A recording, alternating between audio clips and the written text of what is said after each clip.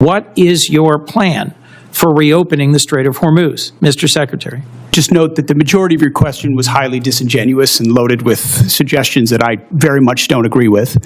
From the beginning, please feel free, sir, to pick any one of those From the beginning, we've been very clear about the military objectives and the underlying strategic objective, which is preventing Iran from getting a nuclear weapon. Let's be absolutely clear about what Senator Chris Coons just exposed. In a brutal exchange, the top Democrat on the Senate Defense Appropriations and Foreign Relations Committees dismantled Pete Hegseth's handling of national security and military leadership. Coons revealed that nearly $400 million in Ukraine aid approved back in January still hasn't been delivered months later, raising serious questions about whether the administration has any real strategy at all. At the same time, the White House pushed the United States into a conflict with Iran just 74 days ago without properly consulting key allies, creating major fractures inside NATO and leaving America increasingly isolated on the world stage. And while global tensions keep rising, Coons pointed out that the administration still has no clear plan to reopen the Strait of Hormuz, one of the world's most critical oil shipping routes. Americans are now feeling the consequences directly every time they stop at a gas station. But Coons argued the biggest problem goes even deeper. Instead of Thank you, Secretary Hegseth, General Kane, Chairman Kane. I agree with much of what the chairman said, including that we are in a moment of real contest and danger in no small part because Russia, China, DPRK, and Iran are partnering. Russia and China are helping resupply Iran and the drones that they're using to contest and close the Strait of Hormuz, to target and kill Americans and degrade our facilities. And so if our adversaries are increasingly aligned, I think a core question is, are we? We have so many questions, Mr. Secretary, about this budget proposal, this $1.5 trillion budget request. And at the core is going to be, what's the cost of the war we're in Iran? How long will it go? What damage has been done to our security and our strategic position? When will we get a supplemental request and of what scale? When will we be requested to authorize this war? And when will the American people get a clear answer about our strategic goals and how we will achieve them? I share the chairman's concern that we have created real distance with our allies, most principally our NATO allies, who have stepped up and contributed tens of billions of dollars more to purchase the munitions for the defense of Ukraine and to dramatically increase their long overdue investments in our joint defense in Europe. But unfortunately, the way that the move towards war was launched 74 days ago, without consent, without consultation, has caused a real rift with our vital European allies. And again, as the chairman said, and I agree, there is also a critical and urgent need for us to recognize and embrace that in the most important test field, the battlefield in Ukraine, where the Ukrainians are fighting bravely and successfully against Russian aggression, they have innovated. They have delivered the most lethal and capable drone and counter-drone technologies in the world. What is bedeviling us in Iran right now? Their ability to use thousands of cheap, effective Shahed drones to hit our allies, their military facilities and their oil and gas production facilities, and to target and hit civilian shipping. Who's the world's best at intercepting Shahed drones? Ukraine. Last year, the administration requested 0 for Ukraine and 0 for our key NATO allies in the Baltic states. And on a bipartisan basis, this committee put in $400 million. When we met just about a month ago for the first time over at the Pentagon, and thank you for that conversation, we all emphasized the importance of coming to us with a spend plan for these $400 million. This is a $1.5 trillion request in front of us. Why am I taking your time on $400 million? Because I think it shows a key piece, a missing piece in strategic vision. We should not be standing aside from the war in Ukraine and saying, eventually we want to be a part of some peace between Russia and Ukraine. We should be learning the lessons of Ukraine. Our allies in the Persian Gulf they're buying their interceptor systems at scale. Some of our current and former leaders in our military were working very hard to learn the lessons of Ukraine. I must say, in a recent briefing for this subcommittee, I was very encouraged by two very senior members of the United States Army who are in Ukraine and have been helping our armed forces learn. But my heart fell when I left and was told that those two senior officers were being forced out. I am concerned that we have a distracted administration and a distracted department. From your written testimony, Mr. Secretary, it seems at times you're more passionate about fighting culture wars than winning the real war that we're in. At banning books, at cleaning alleged DEI off of websites, at taking on an anti-vaccine position rather than continuing the long-standing public health policies, at interfering with promotions. I'm stunned that you fired the 44-year Chief of Staff of the Army in the middle of a hot war and dismissed the Secretary of the Navy in the middle of a naval blockade. As dozens of senior flag rank officers have been dismissed, I am worried about what that does to focus and morale. We have a president who seems more focused on a billion-dollar ballroom and a victory arch rather than achieving actual victory, and a small piece of the $1.5 trillion request in front of us is for a new Trump class of battleships, a so-called Golden Fleet, which I think goes in the wrong direction. Let me come back to the basic point I was trying to make. The world of warfare is changing.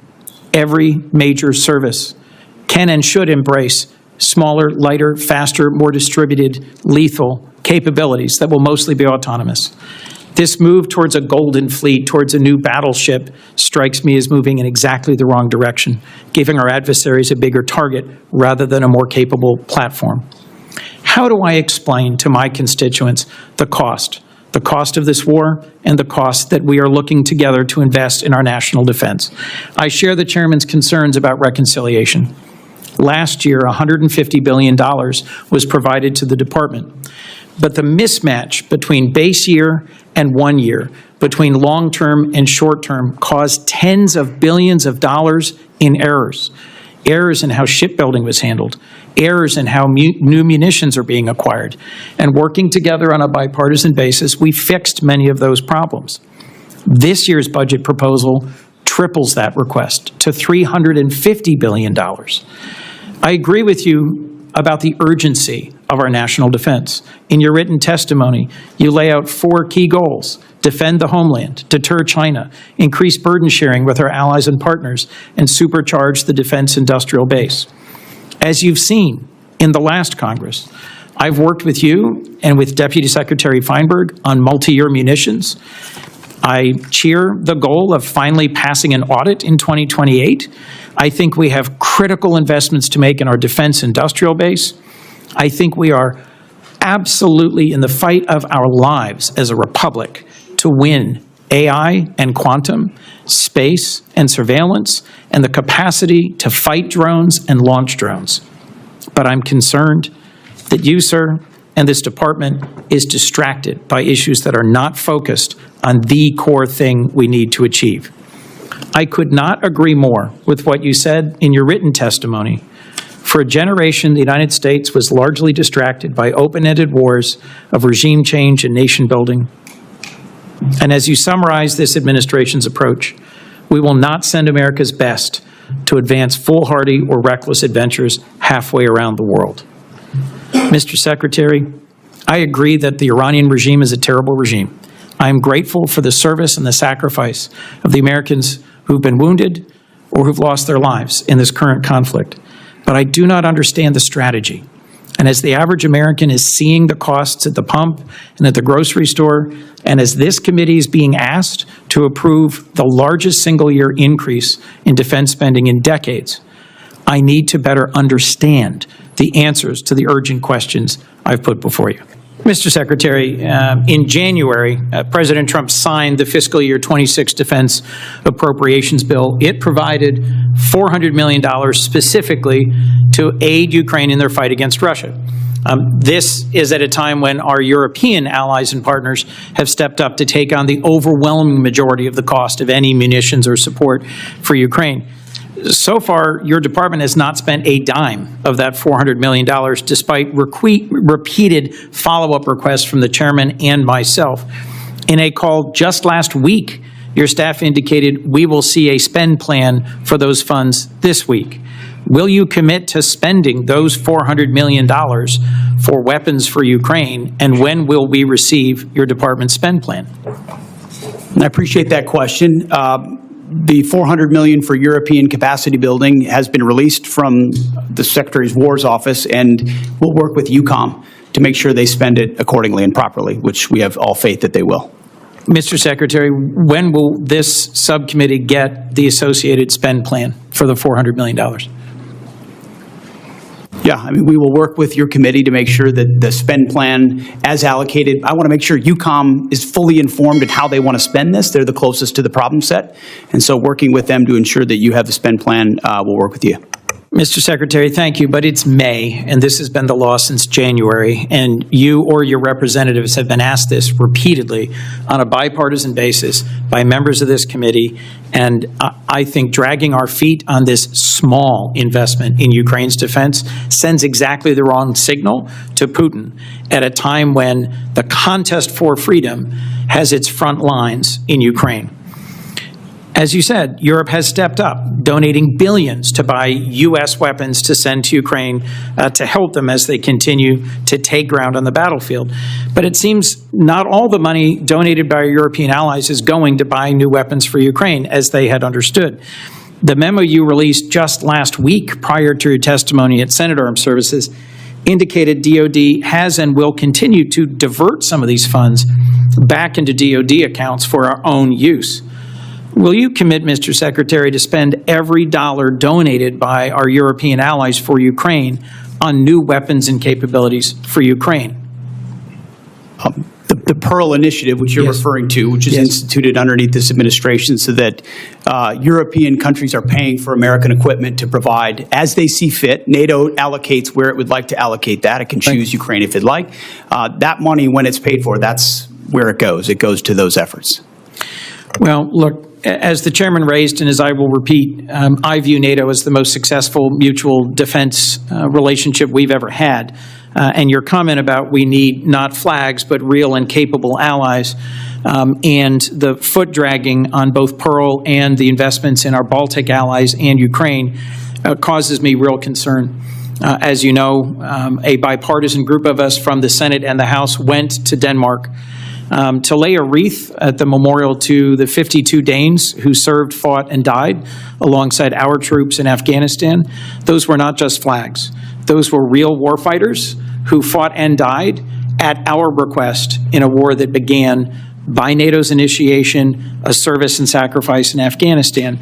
I just think we're sending the wrong signal by the president's announcement of the intention to withdraw 5,000 troops from Germany. Could you help me understand what is the strategic reason for a drawdown of U.S. troops from Western Europe? I would just like to clarify, Senator, it's never about the heroism of foreign troops. I fought alongside great British and European and Australian allies in Afghanistan. It's the political caveats and the limitations that they come with. It's not the troops. It's the capitals of those militaries that limit what they're able to do, where they're able to go, who they're able to fight, that create limits on our own. And anybody that's been in these formations knows that. So it's easy to talk about here. It's another thing to apply. And we need allies that are burden sharing, not becoming a burden with political limitations. I'm not talking about the troops. Thank you. Our president said in Europe that we never asked for and never received anything from our NATO allies. Was that your experience in Afghanistan, serving and fighting alongside our NATO allies? I've written extensively about